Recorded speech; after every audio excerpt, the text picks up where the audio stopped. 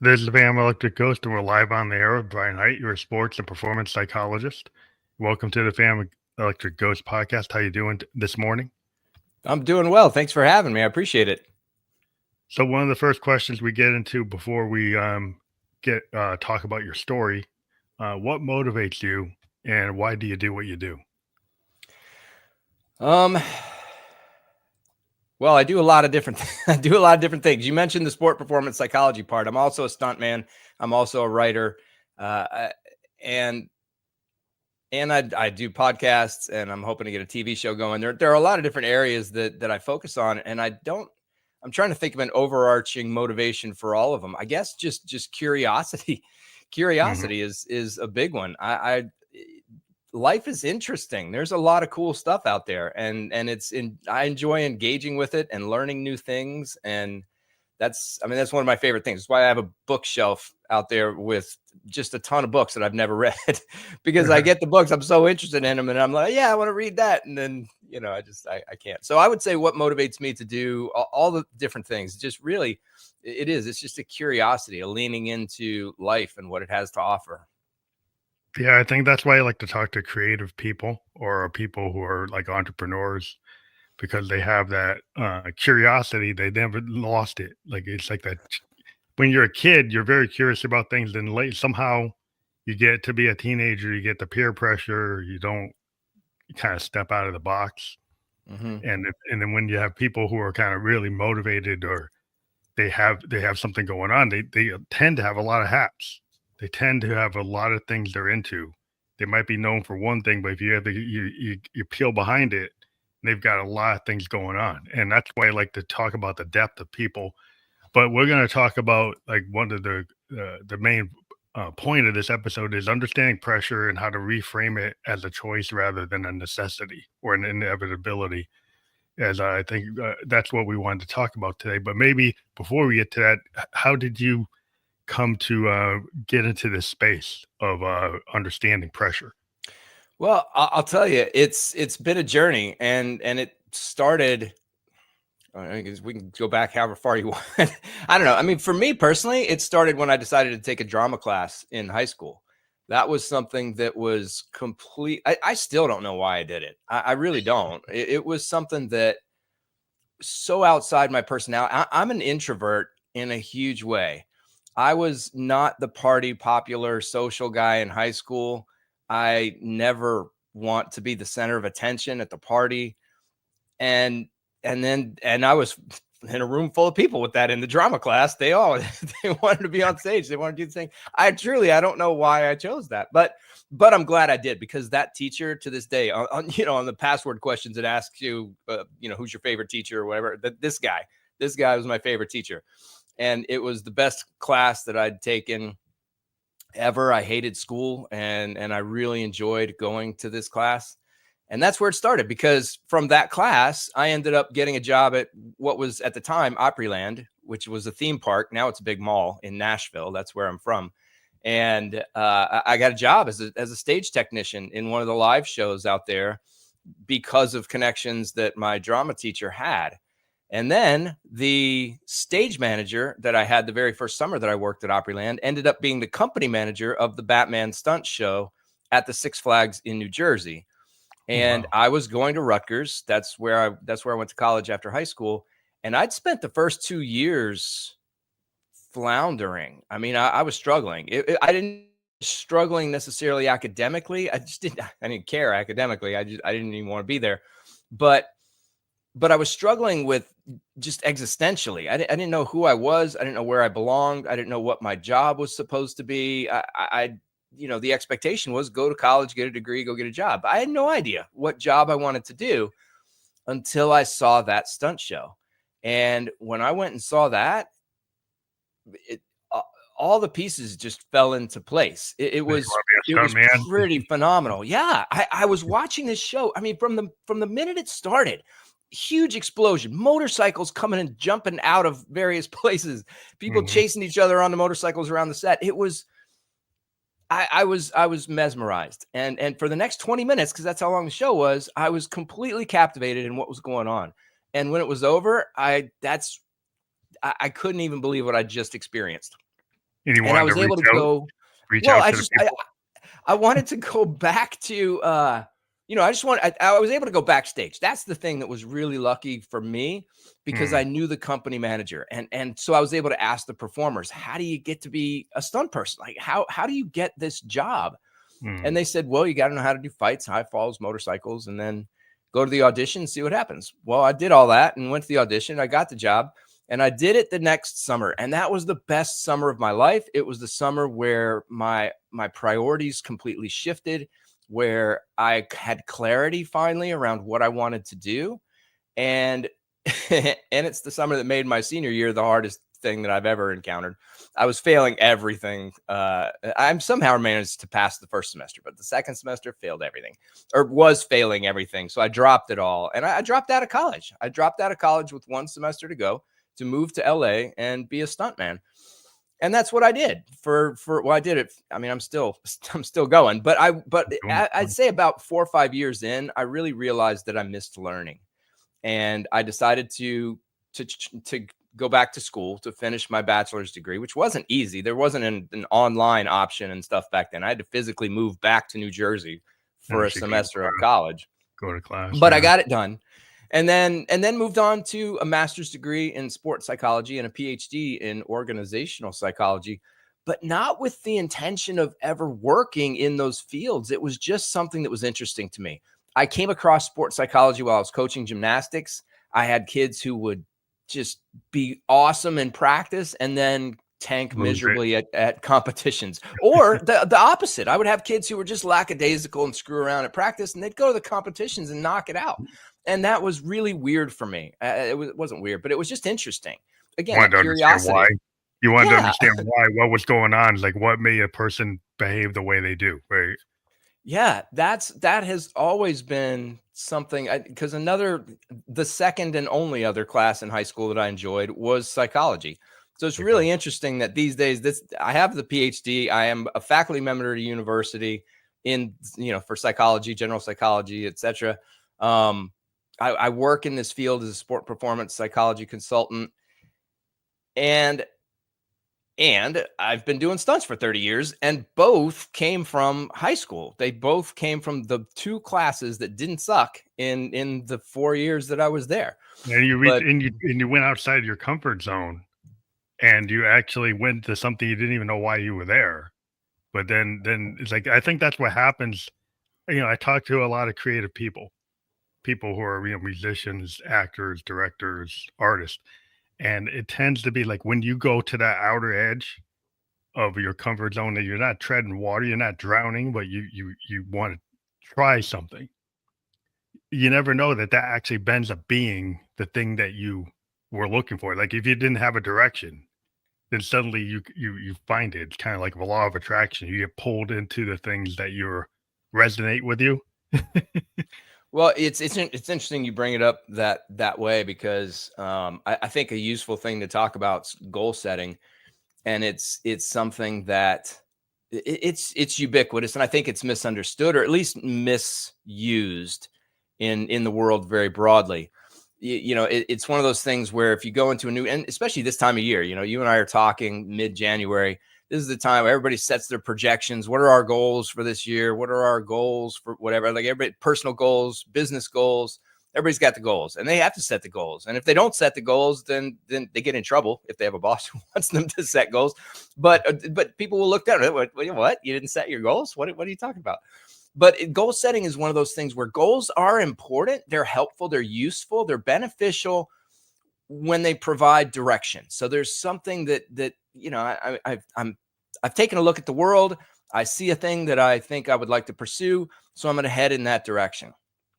And that provides, again, some direction. What am I going to do today? I'm going to move toward this thing, and that's good. But where goal setting can become problematic, and I think does for many people, is that they get fixated on the goal. They get Mm. myopic, they get tunnel vision, and all that exists is this objective that they've set for themselves, or that somebody else has set for them in some situations.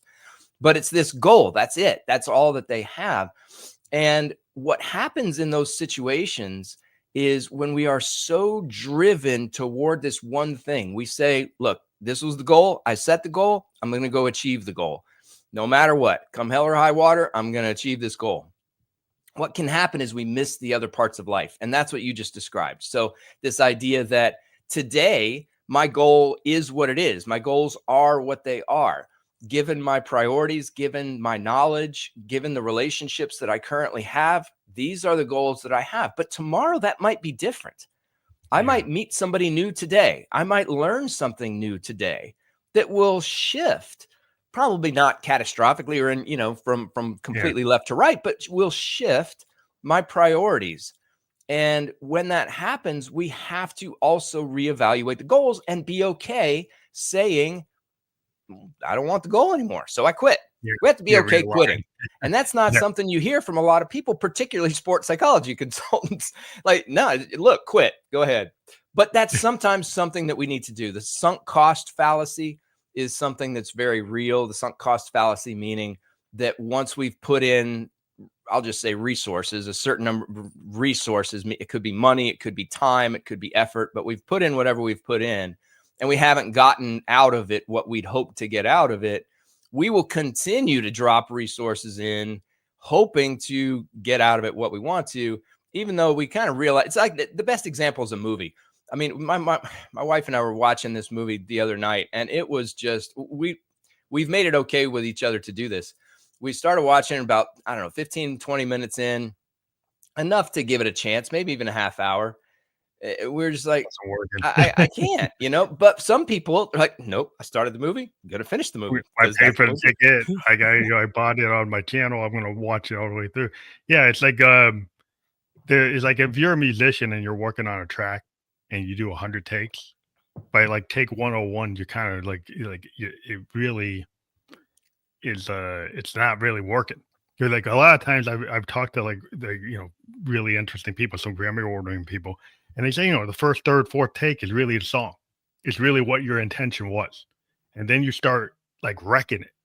A lot of times, like if when you get obsessive, you wreck it, right? And you're not getting any benefit.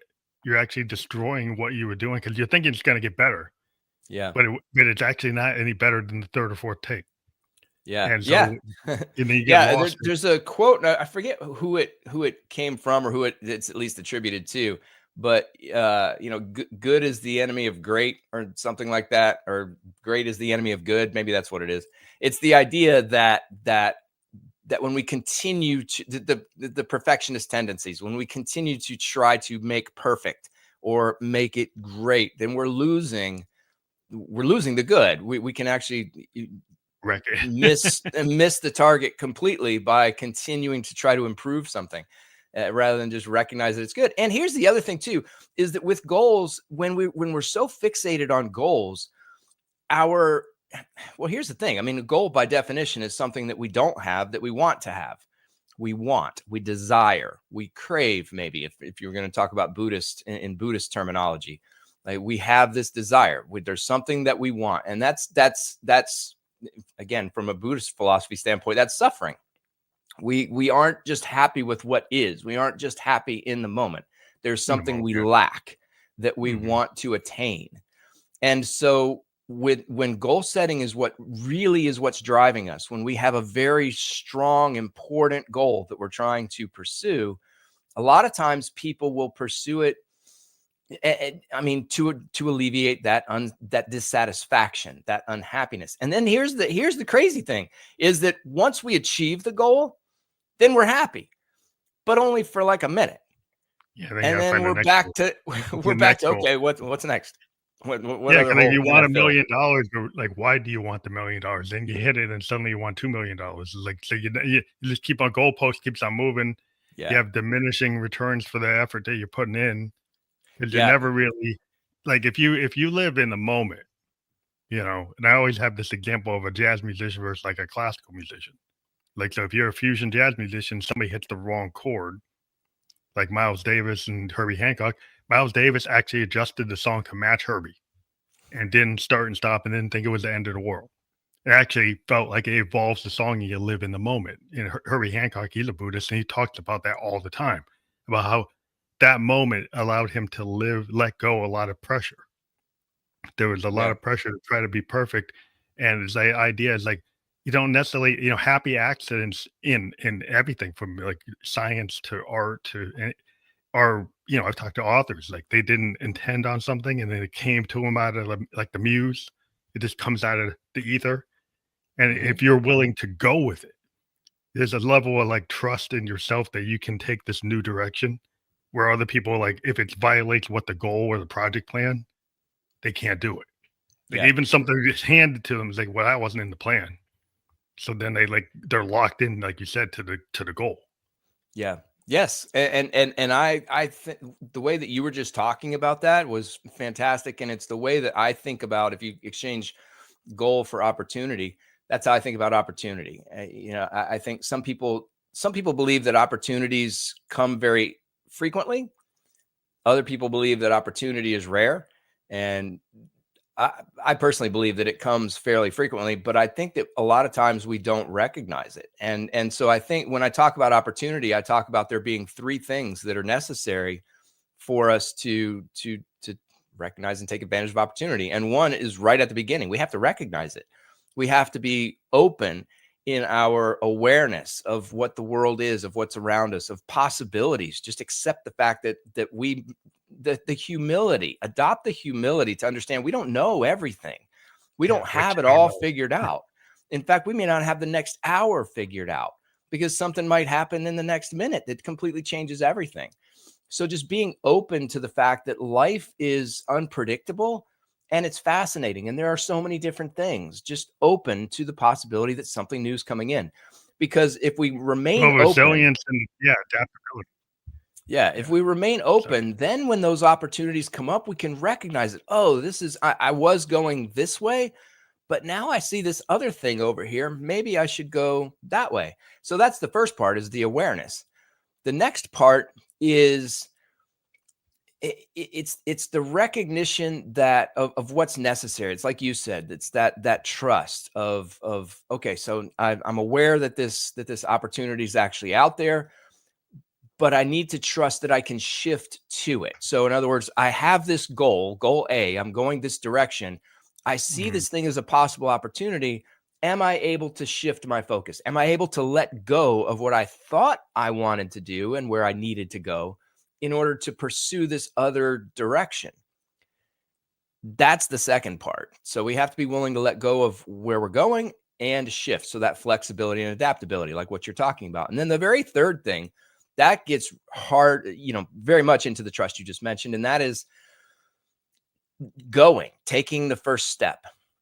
Because once we are aware and we recognize an opportunity and we've made up our minds that yes, shifting from left to right to pursue that opportunity is probably a good idea, then we still have to take action. And that's not an easy thing to do sometimes, particularly when the direction that we're talking about going is so uncertain. We don't know what's going to happen. It's very unpredictable. We've never been down that road before. We have no no history, or even if we do have a little bit of history, it's a new situation, new time. We don't really know what's going to happen.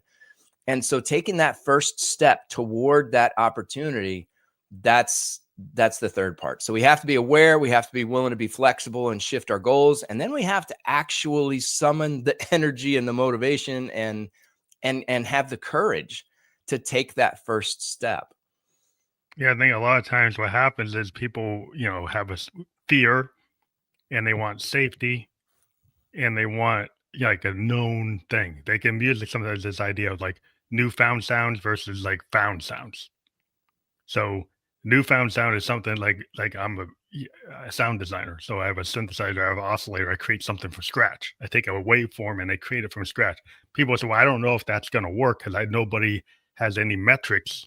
There's no data analytics of whether this tone actually is popular, right? So it's safer to take the tones that have been used in top 10 hits or number one hits, or use a Hammond B3 because it was used on this.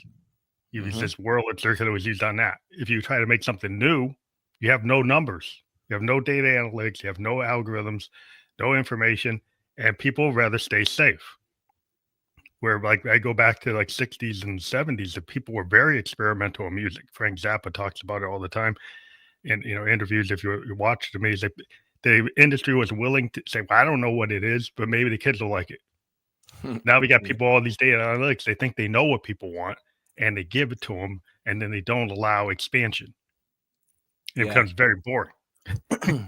Yeah, it's interesting. There, that reminds me of another quote or saying or something of there's a like in the French Revolution or something like that. It has something to do with France and some leader, and the leader sees all the peasants and people, and they're all running in one direction, and the guy says, "I need to go see where they're going so I can lead them." And that's what it kind of that's what reminds me of what you're saying. Like, I need to look at the data to see where everybody's going so I can get in front of them and lead them, rather than just deciding, okay, no, this is the direction we're going. I'm going to get everybody around me and we're going to move this direction together. I'm going to initiate the Yeah, it's process harder to throw of it at the wall. It's hard. yeah. Yeah, it's hard to throw something at the wall that's never been known. It's like when you break the canon, you get like a Jimi Hendrix or a Bob Dylan. Mm-hmm. You're, Jack Kerouac. You do something on the outer edge. You like Orson Welles. People ask them like, "Well, how did you do Citizen Kane?" I didn't know what you couldn't do. There are interviews where he's asked, like, "Why did you use these camera angles? Why did you do this? Why did I didn't know you couldn't do that." Right. So he was pushing the envelope because he wasn't like being told to stay in a box, and he didn't want to stay in a box. It's his tendency. But people who are on neurodivergent, they tend to not realize that they have to stay in a box. They go outside the box. Yeah. and, Well, it's and one of the sometimes they reasons. get penalized for that. Yeah, it's one of the reasons that we can get very, very useful feedback about a lot of different things from people who aren't experts in those things. For example, if I'm teaching a class, then I would love to get feedback from an expert in education. That's something that would be beneficial to me. But sometimes, it's the feedback around, well, you know what? I think you could try this, or I think you could do that, coming from people who don't know. They don't know what all the structure of education is, or how you're supposed to organize classes, or how they don't know what all that stuff is. They just know that, look, when you were talking in this situation, I was paying attention. And when you were talking in this other situation, you lost me. And here's what it, and you get great feedback from people who they don't know why all that stuff is, but they can express what they're thinking, what they're feeling, what they're saying, and in ways that sometimes open our eyes to new stuff. So it's I'm trying to think. There was I don't remember, it was an audiobook or something, and I believe NASA still does this, but every now and then NASA will run into a problem that they don't know what to do with. And they've put it out onto some of these, whatever, I don't even know what platforms they put it out on, but just regular people, a carpenter, it's reading the thing and just, oh, that's a cool problem. Let's see if we can figure that out. And they'll submit it and they get paid. If NASA ends up using their stuff, and there have been, I wish I could remember which book I read about this in, but there have been a couple of decent sized problems where NASA's like, I don't know, you got all the rocket scientists with all their stuff, because what can happen with the expertise is you get so locked into, like you said, that box, that one way of doing it. This is the right way. This is how we do it. This is what works. And you know what? You might be right. I mean, you're certainly right that that's how we do it. And you might even be right that it works, but it may not be the only thing that works. There may be other things that work, and there might be other things that work better. Yeah, well, I think the problem is like, you get into actuaries and accountants and marketing. They get locked into their budgets. They get locked into the goals, like you said. And what happens is, like, if you have an organization, sometimes you get that tunnel vision because everybody in the room. Well, I went to Carnegie Mellon. I got a Ph.D. in engineering. If somebody on the floor that puts the pieces together tells them something, right? It's not. I don't think this works. But they didn't go to Carnegie Mellon. They don't have the credentials, but they were working on this every day, and they see it, and they said it's not working. It doesn't fit right, or it has problems. I see the problems in some organizations. In Japan, I lived in Japan. They'll take that feedback, and it doesn't matter if the engineer came up with the design. they'll allow that feedback to get to the engineer, and they'll look at it and they'll change it.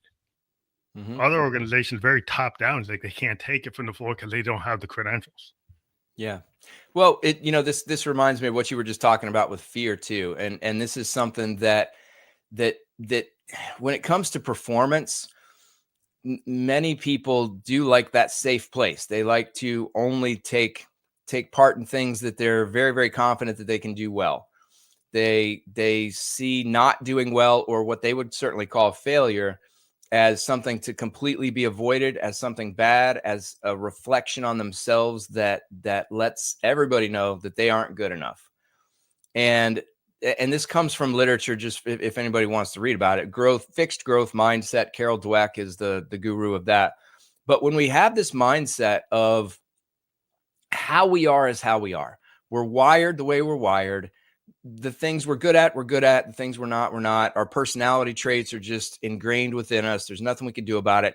This is who we are. So we need to become very aware of who we are. We need to understand what our left and right limits are with regard to whatever we're talking about, and then operate as best we can within those left and right limits. That's the philosophy of a fixed mindset person.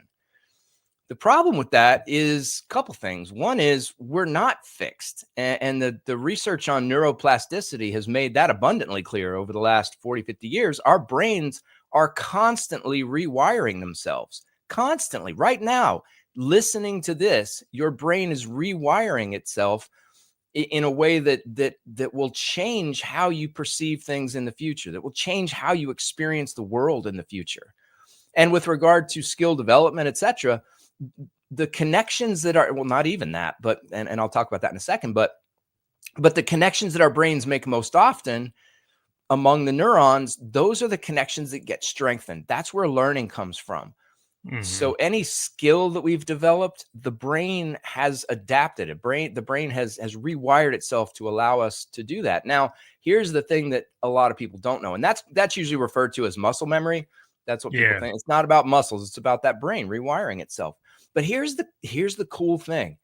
At least I think it is, because I get all nerded out on psychology stuff. But it's that those same connections are being made when we're thinking, and when Mm. we're perceiving, and when we're feeling. All of that is just connections among neurons in the brain. And so we can get into a thinking habit, a perceiving habit, an emotional reaction habit, because we've trained our brains to see things and to react to things in the ways that we have. So those can be changed too. So just like we can learn and practice and become proficient at any kind of physical skill, we can also learn and practice and become proficient at thinking skills, at mind skills. And the way that happens is the same way. It's neuroplasticity. So this is a growth mindset, this idea Yeah. that we're not wired, we're not stuck, we are not locked into this one way of being, that with practice, with effort and attention put in the right place with the right resources, we absolutely can move the needle in all things. Now, we may not move from, uh, nobody's ever going to hire me to be a quarterback in the NFL. There's no amount of practice and effort that I could put in that would put me on an NFL playing field. But if I were to decide, you know what, I want to get better at being a quarterback, there are certainly ways that I could do that. Yeah. There are drills that I Mhm. can do, exercises I can do, coaches I can get, and I could improve. Now, I'm again, there's a limit to that, but I can improve, I can grow, and that's with every single thing. And when we take that idea, and this is where it becomes relevant to what you're talking about, and this fear that you've mentioned a couple times, is when we have a growth mindset and we recognize, okay, so when I try something new, I can learn it, and with effort and practice, I can do it. I recognize, well, right now I can't do it. So when I try to do it, of course it's going to be bad. What else could it be? And so that's okay, because I take feedback from that. I listen to other people, I take my internal feedback, and I make adjustments, and I continue to move forward. A fixed mindset person, though, when they try something new, if they can't do it, then that's just feedback that it's not supposed to be done, at least by them, Mhm. because they're not capable of doing it. right off the bat. Fixed mindset people judge success about how quickly they can do something, and like how quickly they were able to get it, and how little effort it took. That's how they judge things. So if you hear about somebody saying, "Oh man, it only took me one try to get this," or yeah, I was like, I don't know, I was even tired today. I didn't, whatever, but I was still able to. This is a fixed mindset kind of an attitude. Whereas a growth mindset person will brag about how much time it took, how much time they spent, how much effort they expended getting themselves better at something.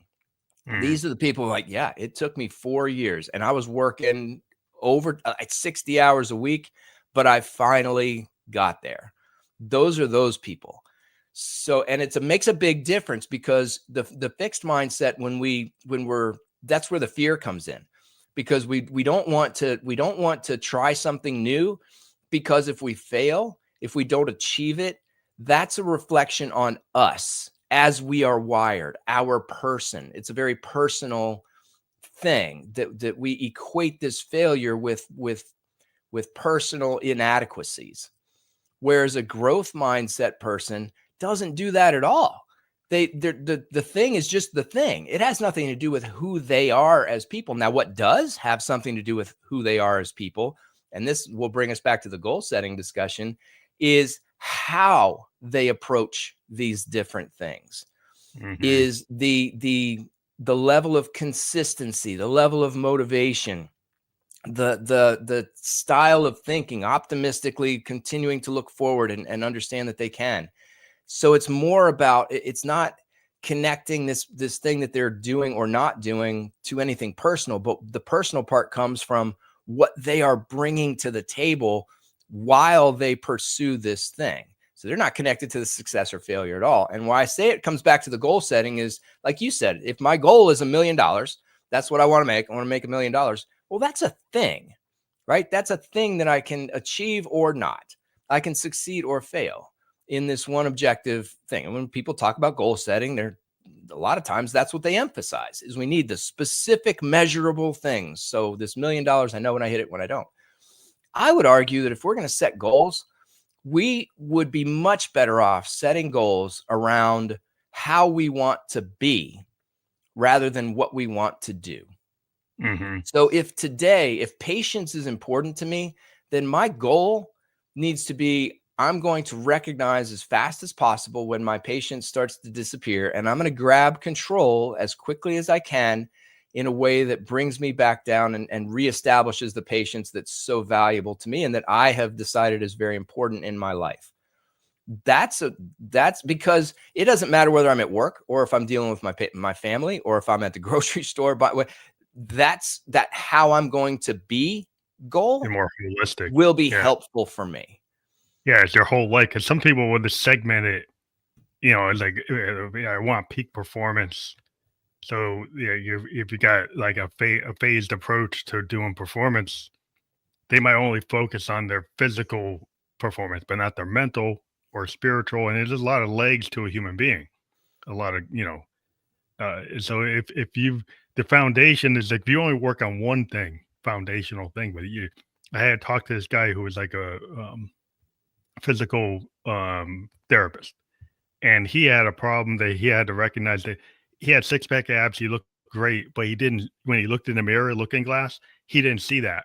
He saw something else, and he had to work on getting his kind of self esteem up. And it didn't matter if his body was in perfect condition. His mental state wasn't. Mm-hmm.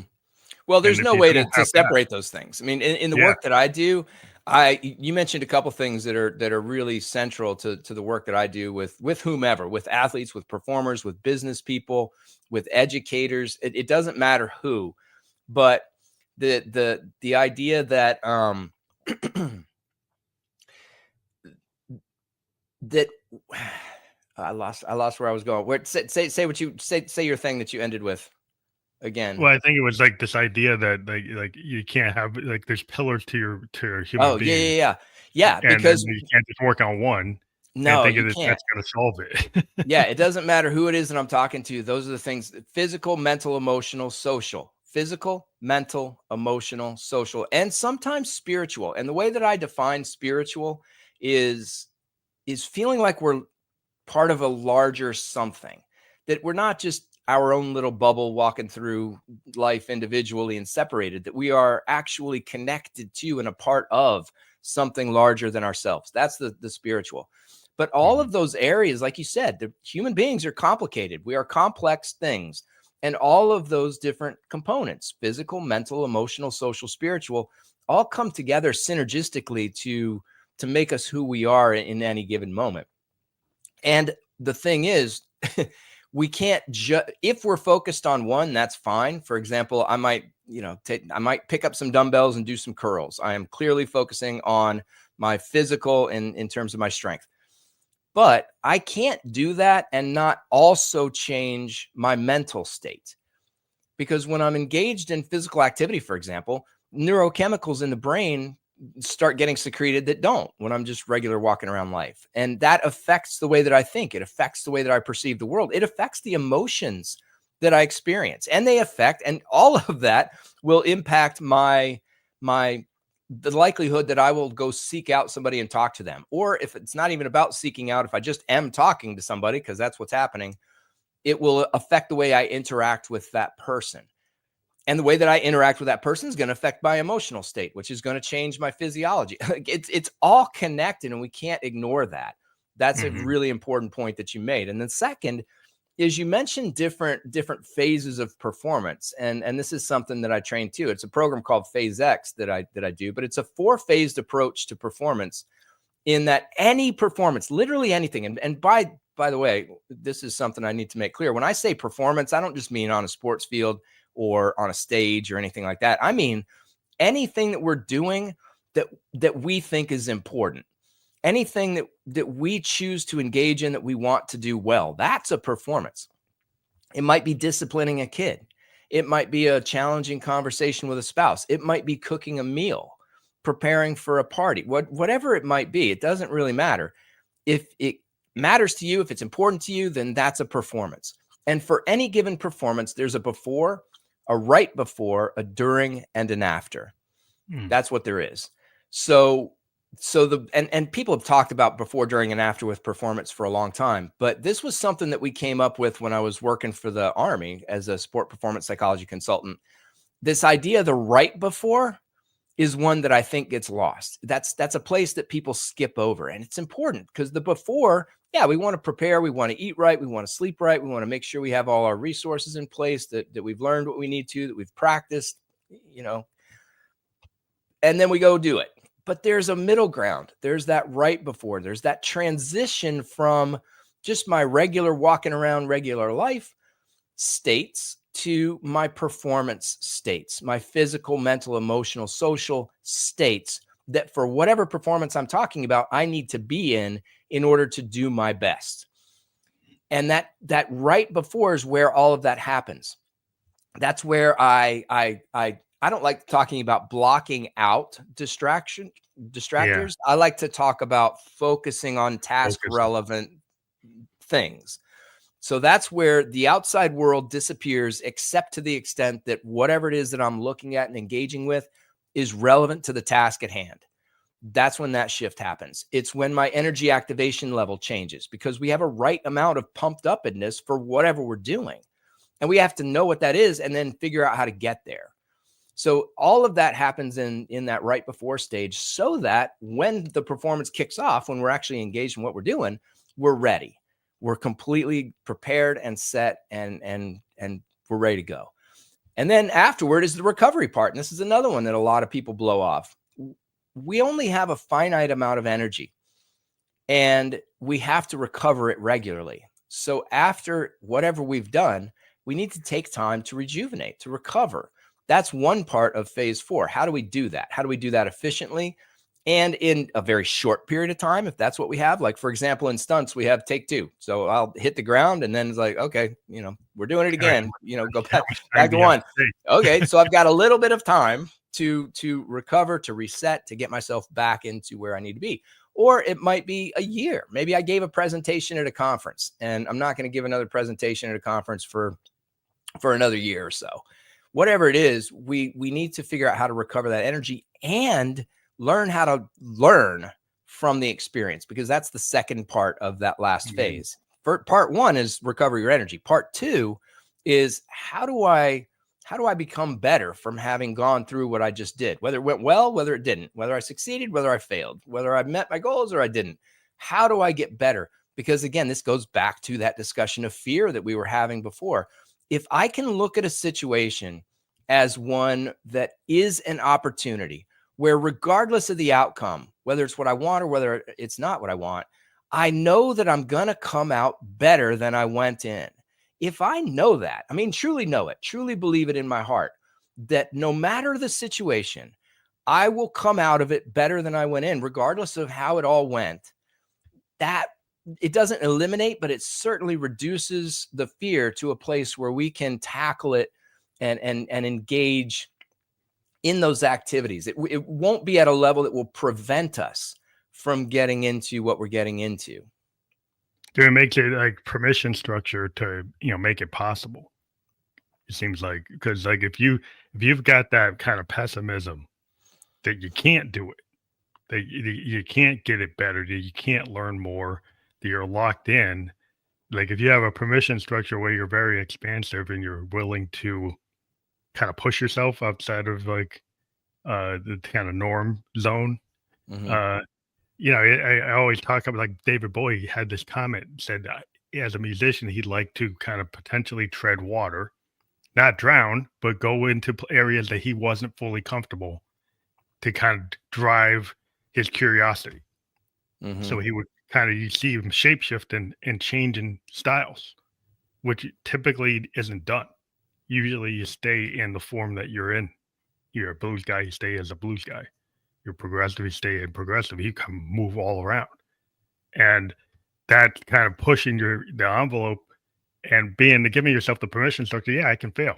Yeah, it doesn't matter. I'm learning that Yeah. I'm going to learn from Well, it. Yeah, and it comes down to how we even define success and failure. That's one of the first place that I start with my clients. I'm like, well, what is success? And if it's the getting the $1 million, I'm just going to use that example because you threw it out there. You can replace that with whatever. If that's success, well, there are so many variables that are going to determine whether you succeed or not. And some of those you have control over. Most of them you don't. So if you don't achieve that goal, it may be through absolutely no fault of your own. It's just that's how the world works. So defining success in terms of things that we can control, this is why I said shifting the goal setting from what we want to do to what we want to be. I can determine in any given moment what my level of energy is that I'm going to bring to the world and what my attitude is going to be as I interact with the world. I can choose these things. So those things are more in my control than other outcomes that are out there in the world. But again, it's really it is, if I define success in terms of development, growth, improvement, and I know that no matter what happens in this situation, if I go into, I don't know if a lot of musicians listen to this podcast or not, but let's say that you've got a big show that's coming up and it's in front of an audience you've never played, it's at a venue you've never done, and it's a big thing. You're looking forward to it. But it's new and it's scary and it's, there could be a lot of things that go wrong. Well, this is where, and this kind of takes us into that pressure conversation. This is where, if I know that I come out of the other side okay, that no matter whether I get on stage and tank or I get on stage and I kill it, I'm going to be better. I will have grown and improved as a result. If that growth and improvement was my goal to begin with, well, then I didn't fail. yeah, I didn't fail. The small outcome might wins. not be what I wanted it to be, Yeah, but I didn't fail. I succeeded because I achieved growth. I think a lot of people are measured by like data analytics, and maybe the data analytics doesn't show that like the fact that you did it, you learned a new tool set, you had a new experience. But if their tickets weren't good, the review wasn't good, the venue sound quality wasn't good. All these things like that you can measure, and people could come back and say, "Hey, it didn't work." But from a growth perspective, it happens a lot of times that artists will go and do something. They did something super popular, right? Then the next thing they did, the critics like it, but the fans don't like it. Now, Hmm. monetarily, that didn't work, but growth wise, as an artist, you got into something better, and it actually might be by the next thing you do, then the public gets that that was part of your growth of as an artist. You needed to go through that, and Yeah. now they get it. But Yeah. sometimes other people don't get it, but it was for you, Yeah. Well, I right? mean, just because we speak English, we have these terms, success, failure. We need to we need to hold this paradox in our minds. We can succeed and fail simultaneously. And what I mean by that is that I can set multiple goals. So I can if I'm a musician and I'm going to play in this venue, I want to sell X number of tickets, bring in X amount of revenue. That's a goal, sure. And I want to grow. I want to get better. I want to know that I've improved in this situation. Well, if you go perform and you didn't sell as many tickets, that's a failure. If you came out and grew as a result, if you got better from that experience, then you succeeded. And we can succeed and fail simultaneously. They're not Yeah, mutually exclusive. So it really comes down to prioritizing which of those goals and objectives is the more, well, in this case there were only two, so the more important, but sometimes we can have more than that. That's yeah. that's up to us to determine. You go back and reframe it because I know we're at the end, but the idea is like you could have recorded that, right? And in that moment, right, that venue, people didn't like it. But then later, people thought it was amazing. An example of that is Bob Dylan when he went electric. Bob Dylan went electric in front of this folk crowd. Now the audio tapes of that are just like reviewed at like a high level by critics saying this is amazing. At the time he did it, point in time, people didn't like it, but he grew as an artist. And later, people looked at it and said, "Well, that was amazing." So there can be a reassessment. It's always like sequential. It Yeah. can in the future, people can reassess it and say, "Hey, Yeah. that was good." Well, honestly, sometimes we relabel unexpected as bad. We're humans. We like predictability. As much as somebody might say, "No, I'm spontaneous. I love spontaneity," and you might, and that's all fine. But you're still human, and so we like. I like to know that when I go to the wall to flip a switch, that the light's going to turn on. Come I on, like yeah. knowing that when I go to the water, I flip, the water comes out. There's a certain amount of predictability that we need in order to even work through life. If I had to question every single time whether my car is going to start, or whether when I walk out the door at 9 a.m. if the sun's going to be out, there's a certain amount of predictability that we need. And when we don't encounter that predictability, when something comes at us that we didn't expect, often we will label that thing as bad. It's because it's not what we know. It's not what we're familiar with. And that's the label that it gets is bad. Whereas if we can, again, just look at some of those things with more of a attitude than a what Yeah. attitude, then it can be a lot better. Yeah, I know you're pressed for time, and we were have a really good flow here, but I know you have to go this morning. So, but I think it's been a great conversation. We do have your website, brianhiteglobal.com, and maybe you can mention briefly before you go what people find there.